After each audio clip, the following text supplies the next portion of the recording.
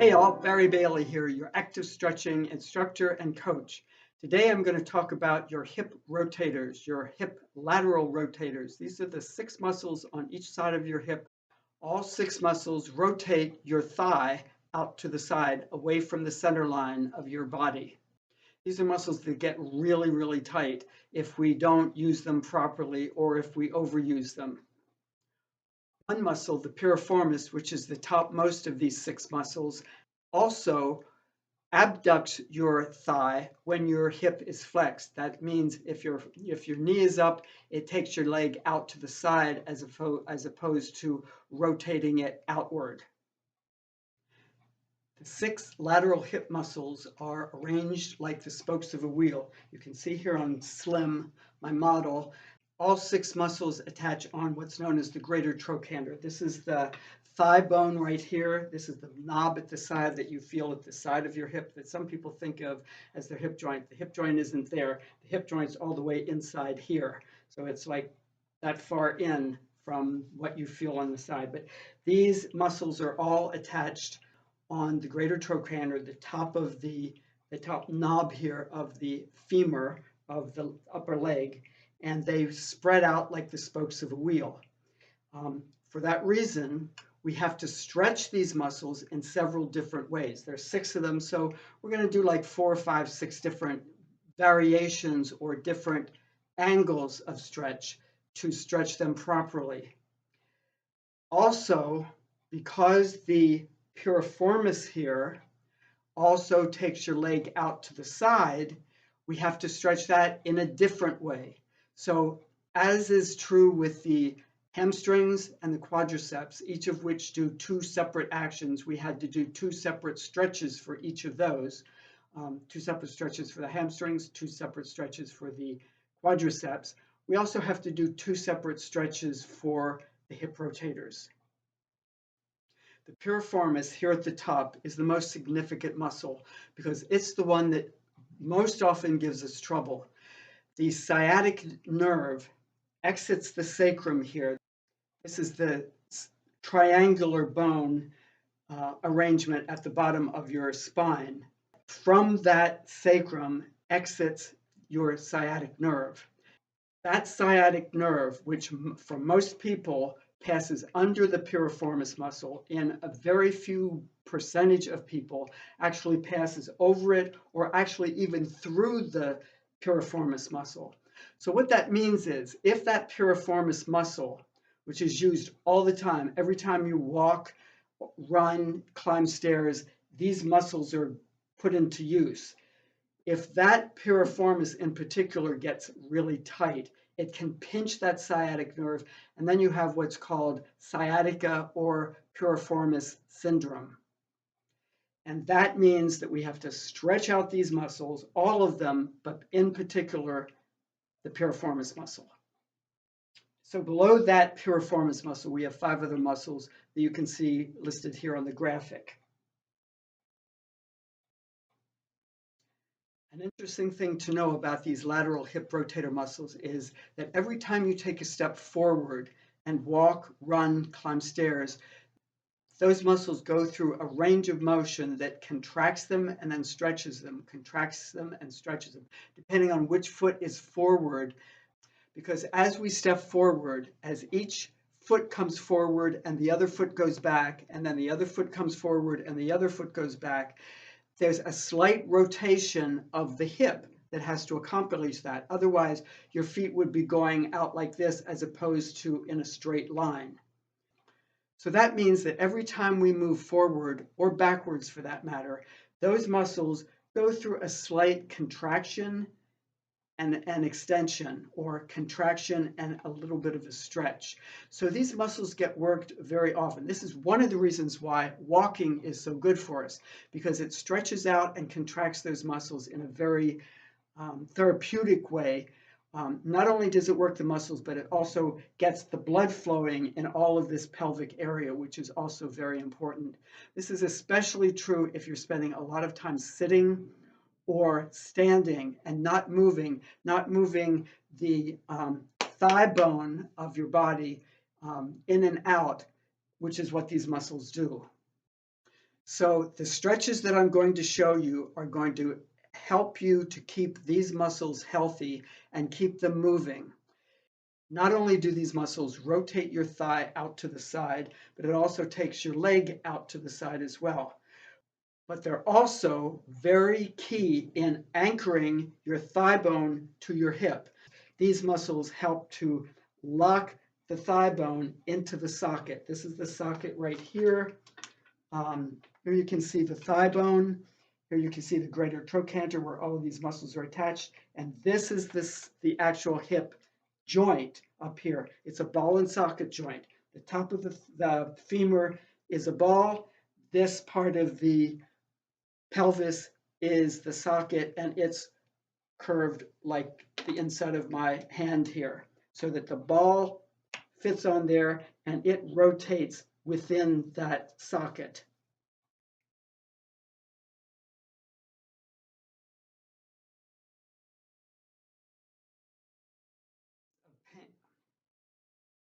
Some of the causes of pain in the hip rotators include simply sitting for a long period of time. What that means is that those muscles aren't working at all. Another is sitting with one leg over the other, or like this. Either of those positions puts a strain and a stress on those muscles and stretches them out for a long period of time. Another is if you're driving and your foot that's on the gas pedal flops out to the side. Sometimes people drive with both feet flopped out to the side. In either of those cases, the hip rotator muscles are shortened for a long period of time, which is another good reason if you're on a long driving trip to stop every hour or so and get out and walk around a little bit, because as I said earlier, every time you walk, you're stretching and contracting those muscles just a little bit.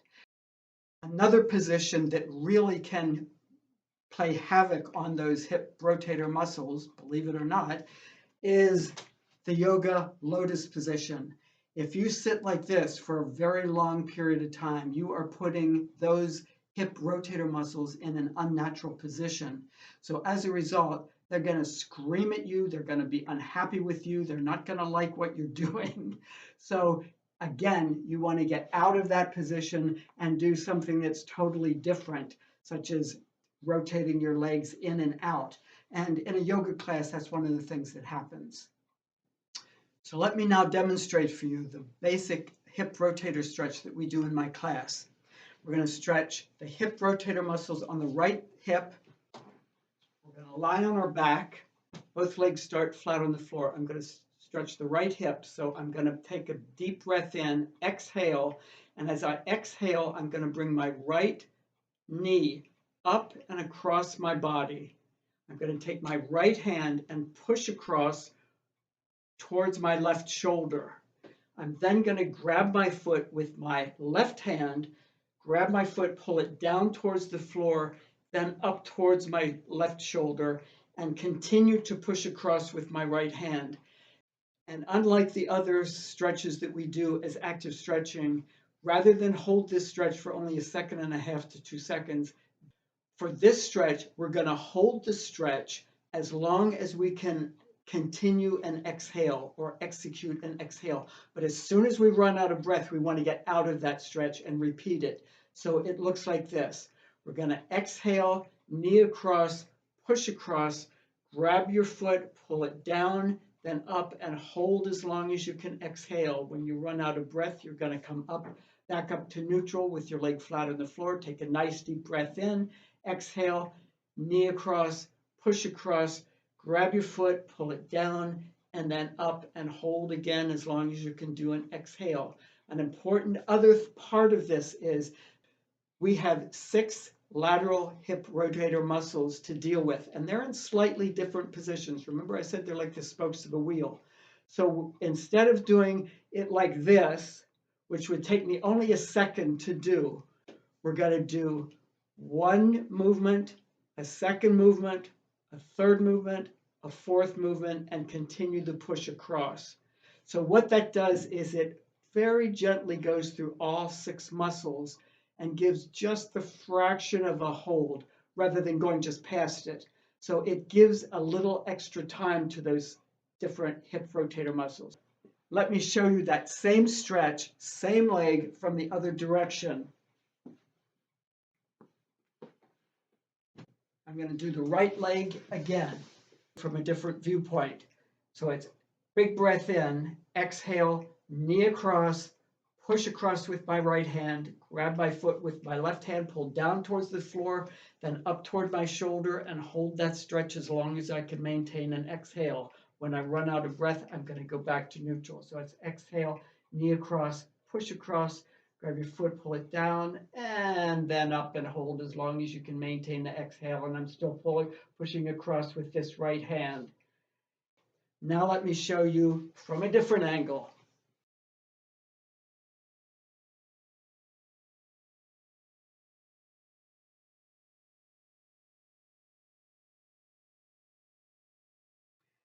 And now the same stretch, right hip for the right hip rotators.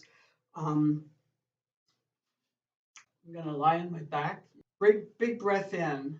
Exhale, bring my knee across, push across, grab my foot, pull it down, and then up and hold as long as I can maintain an exhale. When I run out of breath, I'm going to go back to neutral. Take a good deep breath in again.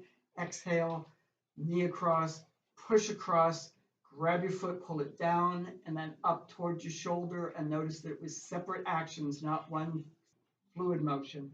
The other thing that you can do is put this other non-working leg out to the side and rotate your foot inward. That will also stabilize your hips so that you don't roll over to the side. You can also rotate your head to the opposite side to help.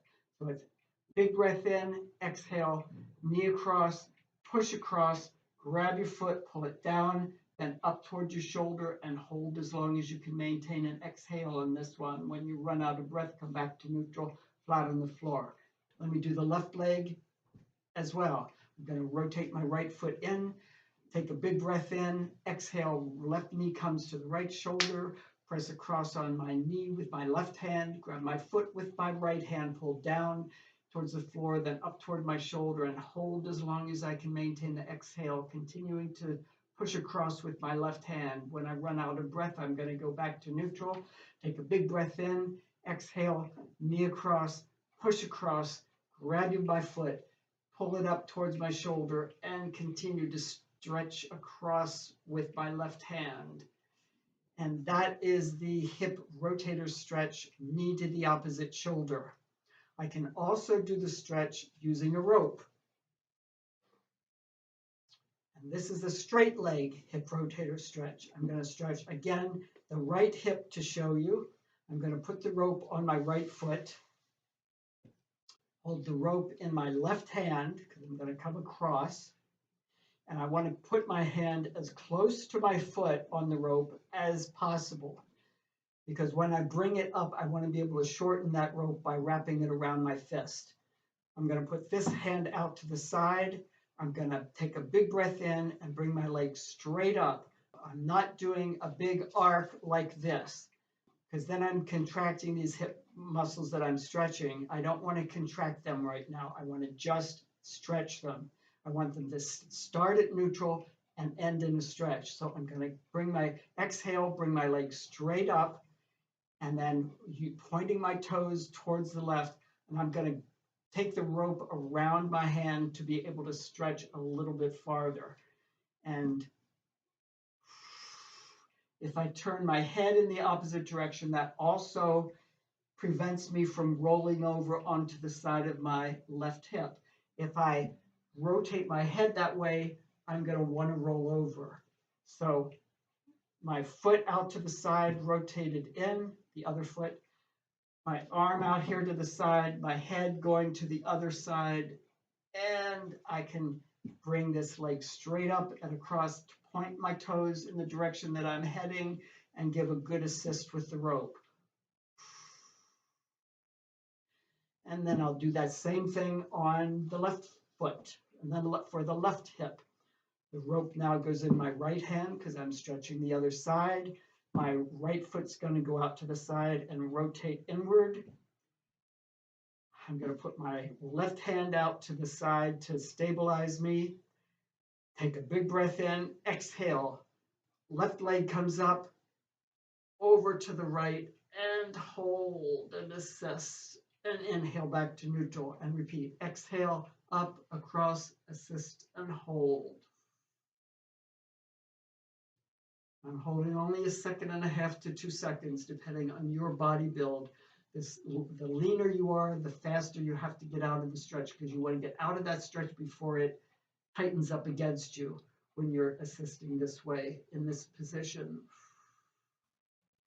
Now, if you don't have a rope and you're out somewhere and you want to stretch those hip rotator muscles, here's another stretch that you can do that I call the passive gravity breath stretch. For that, I'm not going to use a rope. I'm going to do the same stretch, but I'm going to keep my leg in position and exhale, inhale, and exhale. And watch what happens to my foot, how it changes position just by my exhale. I'm going to take a big breath in. I'm going to put this leg out to the side again and rotate it inward. Take a big breath in. Exhale, bring my leg up, across, and hold. Breath in and exhale.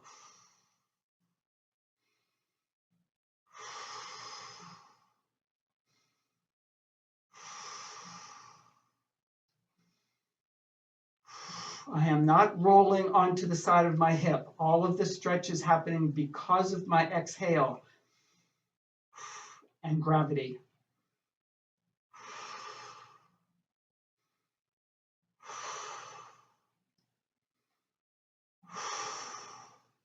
All of that stretch, I started up here, I ended down here. All of that happened because I was exhaling, because every time I take an exhale, that exhale sends a message of relaxation through my entire body. It will hit those muscles that I'm targeting for the stretch as well. So with many stretches, if you hold in the same position and don't breathe, that's a static stretch.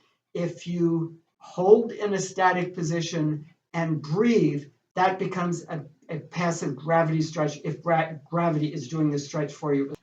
So again, I'm going to take a big breath in, exhale, take my leg across, hold.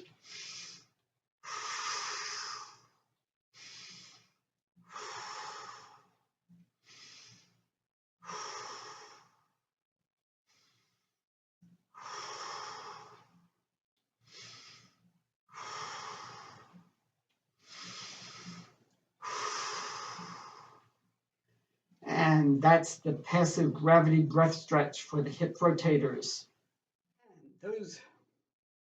And those are the stretches for the hip lateral rotator muscles. If this video was helpful for you, please click the like button, and even better yet, subscribe to my channel. And if you would like to know when new videos are being posted, click the bell so that you can be notified that a new video has been posted by me. Even better yet, join me in one of my stretching classes. Stretching classes are offered Wednesday evenings at 6:30 Eastern Time, that's Boston, New York time, and Friday morning at 10 o'clock, again, Eastern Time. So contact me if you would like to join one of our classes. These are some of the stretches that we do in the class. We do approximately 70 other stretches in the course of the hour that the class runs. So thank you for watching. I appreciate your support, and see you next time, and keep stretching.